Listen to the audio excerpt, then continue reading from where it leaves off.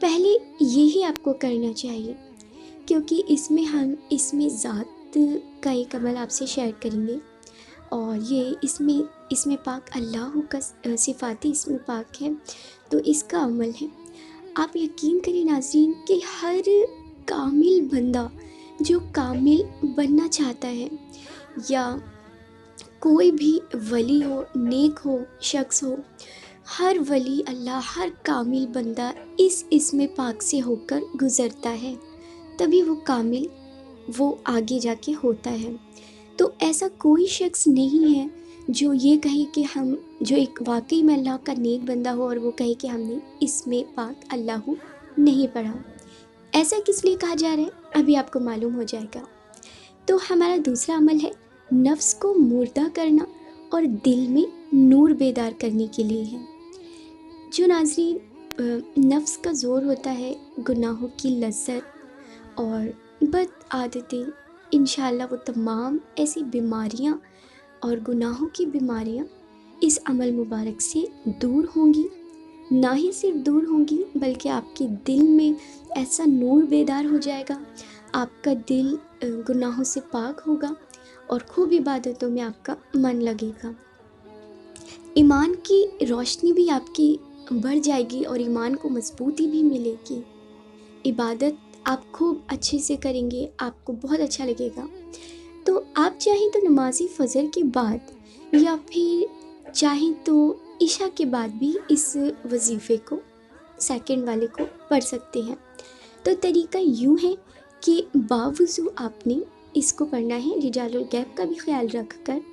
اول آخر درود پاک ابراہیم ہی 11 مرتبہ، اور درمیان میں آپ نے اس میں اللہ خالق 1000 مرتبہ پڑھنا ہے۔ اللہ خالق 1000 مرتبہ، چاہے تو فجر کے بعد، چاہے تو عشاء کے بعد، اور اول آخر درود پاک 11 مرتبہ۔ تو یہ آپ کا عمل ہے جو دل میں نور پیدا کرتا ہے، اور آپ اس کو پڑھا کریں یکسوئی اور توجہ کے ساتھ میں، اور کسی سے بات نہ کریں۔ بہتر ہے اگر آپ پڑھ سکتے ہیں تو آپ ان دونوں میں سے کسی بھی وقت دیکھ لیجئے، مگر جو فرسٹ والا عمل ہے وہ آپ نے تہجد میں ہی پڑھنا ہے۔ تو ناظرین، اس عمل سے انشاءاللہ آپ کے دل کا جو میل ہے، بغض ہے اور کنہ ہے، وہ ختم ہو جائے گی، اور آپ کے دل میں اللہ پاک کا نور داخل ہو جائے گا۔ اور دوسری بات یہ ہے کہ یہ تمام چیزیں ایسا نہیں ہے کہ بہت مشکل ہے، کیونکہ بہت سے لوگ ایسا خیال کرتے ہیں اور کچھ شاید ایسا بتاتے بھی ہیں کہ نہیں آپ نہیں کر سکتے، کشف تو ولی اللہ کو ملتا ہے، وہ تو ولی اللہ کا کام ہے اور ہم نہیں، ایسا کچھ بھی نہیں ہے۔ اگر آپ یہی سوچیں گے کہ ہم نہیں کامیاب ہو سکتے تو پھر آپ گناہ گار ہی بن کے رہ جائیں گے۔ آپ اپنی اصلاح کریے اور آپ بھی نیک بندوں میں شمار ہوئیے کہ آپ کو معلوم ہے کہ اللہ پاک کے مومن بندوں کا کیا مقام ہے۔ اور جیسا کہ ابھی ہم نے اس میں آپ کو بتایا تھا کہ رسول پاک کا کتنا پیارا فرمان ہے، مومن بندے کے لیے ہمیشہ ہر جگہ خوشخبری ہے۔ تو آپ گناہوں سے دور رہیں۔ اس عمل میں آپ کو نماز قضا ہرگز نہیں کرنی ہے، اور فرض نمازوں کے ساتھ میں آپ نے نوافل کی بھی آپ نے پابندی رکھنی ہے، اور آپ نے جھوٹ نہیں بولنا ہے۔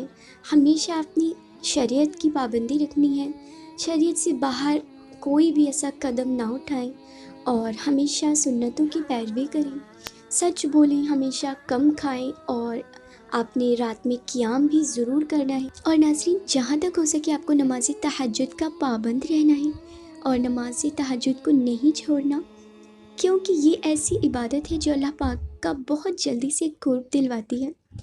تو اور دوسری بات یہ ہے کہ ویسے تو ہماری دعا ہے کہ آپ کامیاب ہو جائیں، اور انشاءاللہ اگر آپ کامیاب ہو جاتے ہیں اور آپ کا کشف بیدار ہو جاتا ہے تو ناظرین، آپ کو اس بات کا خیال رکھنا ہے کہ کوئی بھی ایسی بات جو کوئی دوسرا شخص نہ چاہے اپنے بارے میں ظاہر کرنا، آپ اس کو یا پھر کسی اور کو وہ ہرگز نہ بتائیے گا، نہ ہی ایسی کوئی بھی بات کہیے گا کہ کسی کی دل آزاری ہو۔ تو زبان کا پورا دخل انداز ہے، پورا کمال ہے، اس میں قابو کرنا آپ کا کمال ہے۔ تو آپ کو اپنی زبان کی حفاظت رکھنی ہے، اور اگر آپ کو کوئی بات سمجھ میں نہیں آئی تو آپ ہم سے پوچھ سکتے ہیں۔